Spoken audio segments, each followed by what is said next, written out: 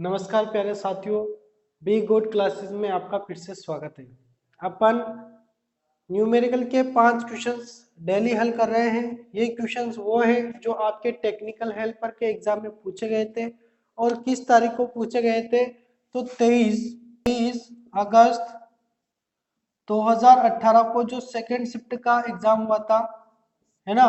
Second shift का जो exam हुआ था टेक्निकल हेल्पर का, उसके क्वेश्चंस अपन हल कर रहे हैं। ठीक है, तो अपन ने इससे पहले वाले वीडियो में भी इसी पेपर से संबंधित क्वेश्चंस किए थे।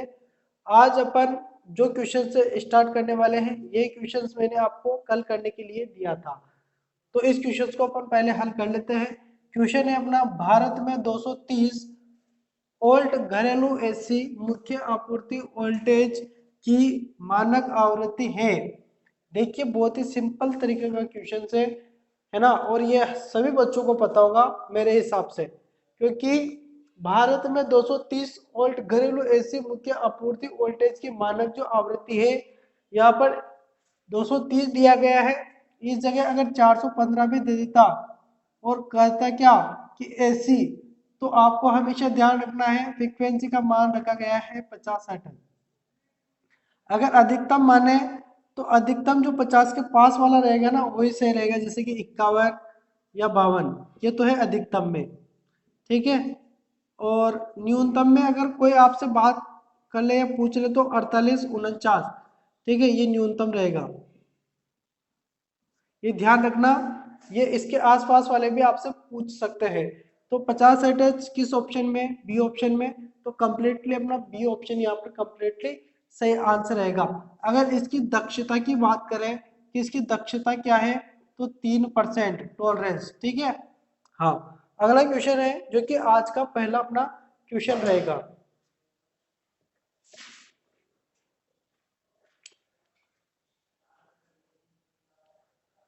हाँ, तो आज का जो अपना पहला क्वेश्चन रहेगा वह रहेगा, यदि 10 वोल्ट बैटरी, 10 वोल्ट की क्या है बैटरी है, जो 3 ओम, 5 ओम, 10 ओम और 20 ओम के समांतर प्रतिरोधकों के साथ जुड़ी है, तो 5 ओम प्रतिरोधक का वोल्टेज क्या होगा? देखिए, प्रतिरोधक क्या है? समांतर है, तो यानी कि सारे प्रतिरोध क्या है? समांतर क्रम में है। इस प्रकार से, जैसे कि एक प्रतिरोध ये, दूसरा ये, तीसरा ये और चौथा ये। ठीक है, ये 3 ओम का है, ये 5 ओम का है, ये 10 ओम का है और ये 20 ओम का है। सारे किस में जुड़े हैं? समांतर क्रम में जुड़े हैं। और किस बैटरी के साथ जुड़े हैं? तो 10 वोल्ट की बैटरी के साथ यहाँ पर यह जुड़े हैं। आपको पता होगा कि समांतर क्रम में सभी जितने भी नोड होते हैं, इनको क्या कहेंगे? नोड। मतलब कि जहां से जंक्शन बनता है, ये जो जहां जॉइंट है ना, इसको कहेंगे अपन नोड।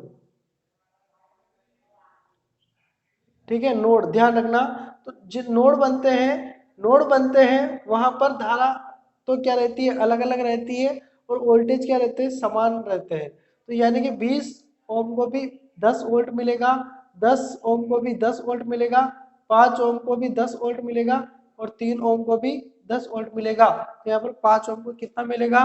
तो यहाँ पर मिलेगा 10 वोल्ट। यानी कि प्रत्येक को कितना मिलेगा? 10 वोल्ट। तो यहाँ पर अपना सी ऑप्शन जो है कंप्लीटली सही आंसर रहेगा। ठीक है, आते हैं क्वेश्चन है अपना जो कि दूसरे नंबर का आज का। वह क्वेश्चन है, चित्र में प्रदर्शित शक्ति गुणक कितना है? देखिए, चित्र आपको दिया गया है और शक्ति गुणक यहाँ पर पूछा गया है। आपको एक बात यहाँ पर यह ध्यान रखनी है कि शक्ति गुणक आखिर होता क्या है। शक्ति गुणक क्या होता है?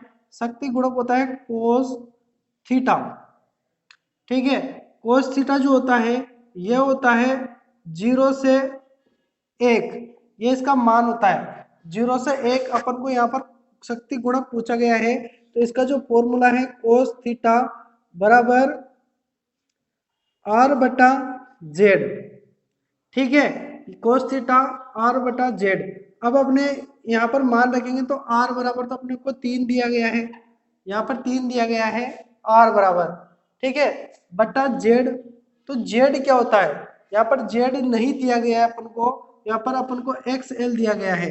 तो Z बराबर ज्ञात करने का जो फॉर्मूला है, ये ध्यान पास अपने पास जो फॉर्मूला होता है जेड बराबर वह होता है R square plus X L square, R square plus X L square, ये अपने पास क्या होता है, फॉर्मूला होता है। अब आर स्क्वायर यानी कि आर बराबर कितना है अपने पास 3 है, तो 3 का क्या हो जाएगा यहाँ पर स्क्वायर हो जाएगा, प्लस एक्स एल कितना दिया गया है 4, तो 4 का स्क्वायर हो जाएगा अंडर रूट के अंदर। ठीक है, 3 का स्क्वायर क्या होगा, 3 का स्क्वायर होगा 9, प्लस 4 का स्क्वायर क्या होगा 16, 9 और 16 क्या होगा, तो 25 होगा। अब इसको अपन को अंडर रूट हटाना है, तो अपन को 25 का वर्गमूल याद होना चाहिए। 25 का वर्गमूल क्या होता है, 5 इंटू 5 बराबर क्या होता है 25 होता है ना। तो क्या है 25 का वर्गमूल, 25 का वर्गमूल है अपने पास 5, तो यह मान अपन क्या कर देंगे यहाँ पर रख देंगे, तो अपन यहाँ पर रखेंगे तो क्या आ जाएगा यहाँ पर 5 आ जाएगा, क्योंकि अपन ने जेड का मान निकाल लिया है। तो 3 में अपन 5 का जब भाग देंगे, तो भाग कैसे देते हैं, 3 में 5 का जाएगा नहीं, तो अपन क्या लगा देंगे यहाँ पर 0 लगा देंगे, 0 लगाएंगे तो 0 पॉइंट लगाना पड़ेगा अपने आंसर में। ठीक है, 0 पॉइंट। अब 30 में 5 का भाग देना है, क्योंकि अपन ने 0 लगा लिया पॉइंट लगा दिया, तो 30 में अगर अपन 5 का भाग देंगे तो 6 बार जाएगा, 6 पंजे 30 होता है, 6 बार जाएगा। ठीक है, तो क्या आंसर रहेगा अपना बी ऑप्शन, जिसमें अपन को दिया गया है, यहाँ पर अपना ये कंप्लीटली सही आंसर हो जाएगा। ठीक है, आते हैं नेक्स्ट क्वेश्चन, क्वेश्चन नंबर 3। हाँ, तो अगला जो क्वेश्चन अपन को दिया गया है तीसरे नंबर का, वह दिया गया है 4H इंडक्टेंस के कॉइल में 160 वोल्ट का ईएमएफ लगाया जाता है, तो करंट में बदलाव की दर होनी चाहिए। देखिए यहाँ पर करंट में बदलाव की दर पूछी गई है ना, और अपन को वोल्टेज क्या दिया गया है 160, मतलब कि V बराबर अपन को दिया गया है 160, है ना, और अपन से करंट यानी कि करंट में बदलाव की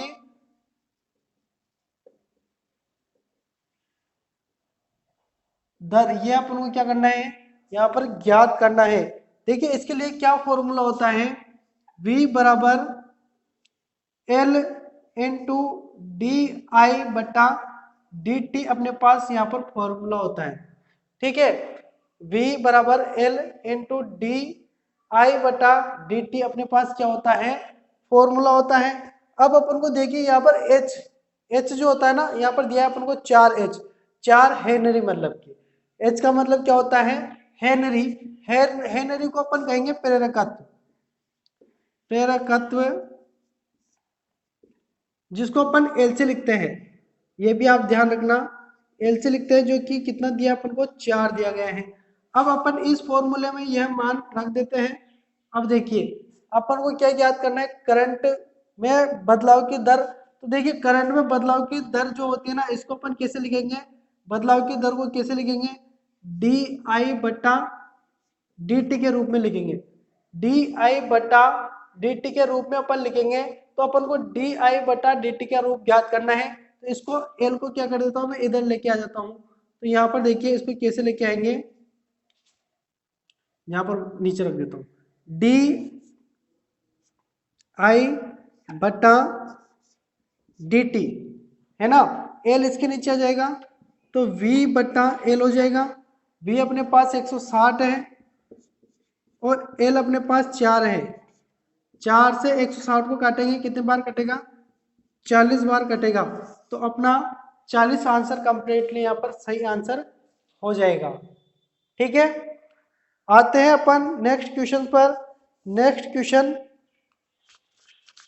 अगर किसी डीसी, क्वेश्चन देखिए, अगर किसी डीसी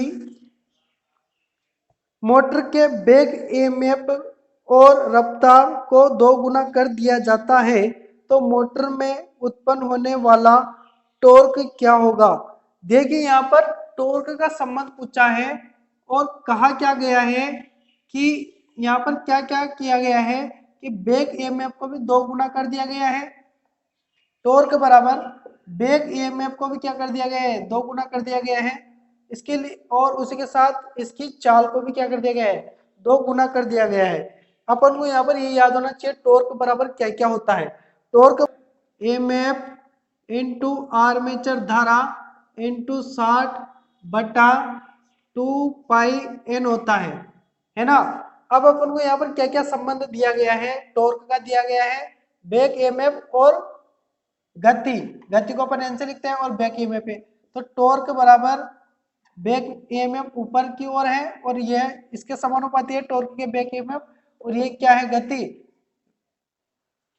समानुपाती नहीं है, विलोमानुपाती है। ठीक है, अब इसमें क्या कहा गया है कि इस अवस्था में अभी मोटर चल रही है, लेकिन उसके बाद में क्या किया गया है कि मोटर को जो बैक ईएमएफ है उसको 2 गुना कर दिया गया है, यानी कि बैक ईएमएफ को क्या कर दिया गया है, 2 गुना कर दिया गया है, और गति को भी क्या कर दिया गया है, 2 गुना कर दिया गया है। जब दोनों को 2 गुना कर दिया गया है तो ये 2 से 2 कट जाएगा, तो वापस से क्या जाएगा, बैक ईएमएफ बट्टा एन आ जाएगा, वैसी की वैसी अवस्था आ जाएगी। तो देखिए ऑप्शन क्या क्या है, अपने ऑप्शन को पढ़िए कि एक समान रहेगा, मान 1/4 तक कम हो जाएगा, 4 गुना बढ़ जाएगा, 2 गुना हो जाएगा, मान 1/3 तक कम हो जाएगा। तो देखिए एक समान रहेगा, क्योंकि पहले भी यही था, 2 गुना दोनों को बढ़ाया तो 2 से 2 कट जाएगा, वापिस से वही अवस्था आ जाएगी, यानी कि एक समान रहेगा। अगर आपको कम ज्यादा करना है, टॉर्क को बढ़ाना है, तो बैक ईएमएफ को बढ़ाओ, और या जो आप किसको कम करो, गति को कम करो, तो टॉर्क बढ़ जाएगा। ठीक है, ये ध्यान आप रखना। ठीक है, आते हैं नेक्स्ट क्वेश्चन पर। क्वेश्चन नंबर अपना है 5वां नंबर का, जो कि है यदि एक वितरण ट्रांसफार्मर में 2540 टर्न्स की प्राइमरी वाइंडिंग है और 40 टर्न्स की सेकेंडरी वाइंडिंग है तथा प्राइमरी वाइंडिंग का वोल्टेज 7620 वोल्ट के बराबर है, तो सेकेंडरी वाइंडिंग का वोल्टेज कितना होगा। देखिए बहुत ही सिंपल तरीके का क्वेश्चन है, और इसमें आपको कुछ नहीं करना। टर्न्स जो होते हैं ना वाइंडिंग के, प्राइमरी और सेकेंडरी वाइंडिंग के, उनका संबंध और वोल्टेज का संबंध, इसको रखकर और इसको क्वेश्चंस को आपको हल करना है। हल करने के बाद जो यहाँ पर ऑप्शन दिए गए हैं, ऑप्शन दिया गया है 120 वोल्ट, 60 वोल्ट, 50 वोल्ट, 40 वोल्ट और 30 वोल्ट। तो इसका आंसर आपको कमेंट में देना है, कौन सा आंसर इसका सही रहता है। कल वाली जो क्लास आएगी उसमें मैं आपको इस क्वेश्चन का हल जरूर करवाऊंगा, उससे पहले इसका आंसर आप जरूर देने का प्रयास कीजिएगा। ठीक है, तो मिलते हैं नेक्स्ट वीडियो में, तब तक के लिए शुक्रिया।